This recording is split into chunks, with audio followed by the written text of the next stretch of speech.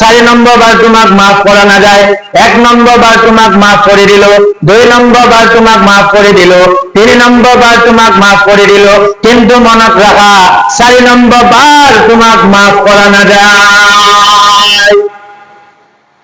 সেই মানুহজনে কষ্ট করিলে ইমাম সাহেব আগত গৈ গলে, ইমাম সাহেব মই 4 বাকে খালো। এতিয়া হাদিসটো আপুনি শুনিল। 4 বাৰ যেতিয়া তেওঁ খাই আছে, তওবা কৰি আছে, আল্লাহ ৰাব্বুল আলামিনে কয়, আমাৰ নবীয়ে কয়, তোমাৰ আৰু চান্স নাই, তোমাৰ আৰু কোনো ধৰণৰ সুবিধা নাই। 4 নম্বৰ বাৰ কিয় ভুল কৰিলা? 2 বাৰ 3 বাৰ ভুল কৰিলে তোমাৰ সন্তানকে তুমি নেৰা। এটা ভুল কিমান কৰা, আৰু কিমান কৰা জ্ঞান আছে নে নাই তুমি নিজে কোৱা। কিন্তু 4 বাৰ ভুল এটা কৈছে, খাই থাকিম এবাৰ তওবা কৰিম।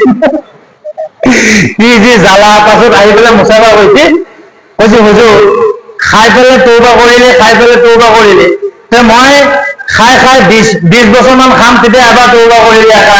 এনেকুৱা শ্যামা মাল কি কবি আৰু ভাই।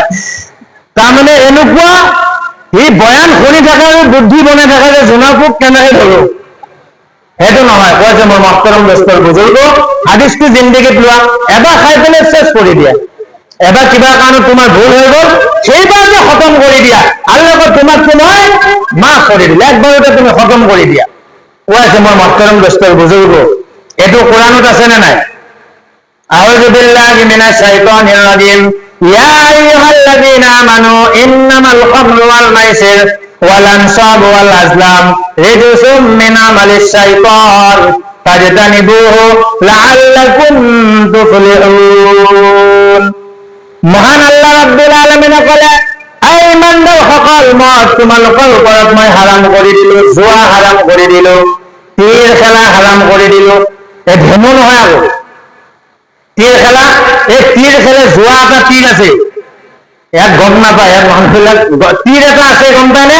তীৰ খেলা। তো সেইটো কোৰআনত কেতিয়া লিখিছে যে জুৱা খেলা হাৰাম কৰিলো, মদ হাৰাম কৰিলো, তীৰ খেলা হাৰাম কৰিলো? তার মিন আমালিশ শয়তান, এগুলো শয়তানি কাম, ভাল মানুহ কাম নহয়।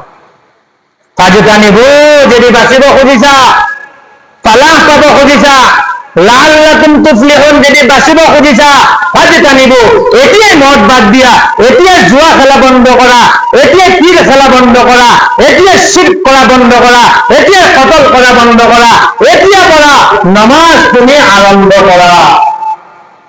আর এইটো কোরআনত লিখি দিলে যে হারাম করে দিল।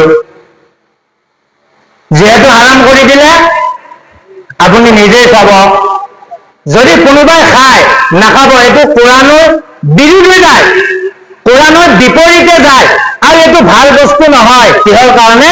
ব্ৰেইনে কাম নিদিয়া হৈ যায়, তেওঁ চিনি নোপোৱা হৈ যায়, বুজি নোপোৱা হৈ যায়, যেহেতু মানসিক যিটো তেওঁ হেৰি আছিলে সেইটো নাইকিয়া হৈ যায়। বেয়া বস্তু তাৰ কাৰণে কোৰআনে বাধা কৰিছে, আৰু ইয়াৰ ওপৰত আমি সকলোৱে আমল কৰিম ইনশাআল্লাহ। এতিয়া চাব মোৰ মহতৰম দোস্তৰ বুজুৰ্গ, আমি ইয়াত যে বহিছো, এই জমিনে একদিনাখন আল্লাহ ওচৰত সাক্ষী দিব, আল্লাহ এই মানুহসকল ইয়াত বহি পেলাই কোৰআন ও হাদিস শুনিছিলে। আপুনি নামাজ পঢ়িব যায়, আপোনাৰ ইয়াত যে চিন হৈছে, এই চিন হয় আপোনাৰ বিষয়ে গাৱাহী দিব। আপুনি অজু কৰিছে, আপোনাৰ এই অজুৰ জেগাবিলাক কিয়ামতৰ দিনাখন জোনৰ নিচিনা চমকি থাকিব। জোৰে কওক সুবহানাল্লাহ।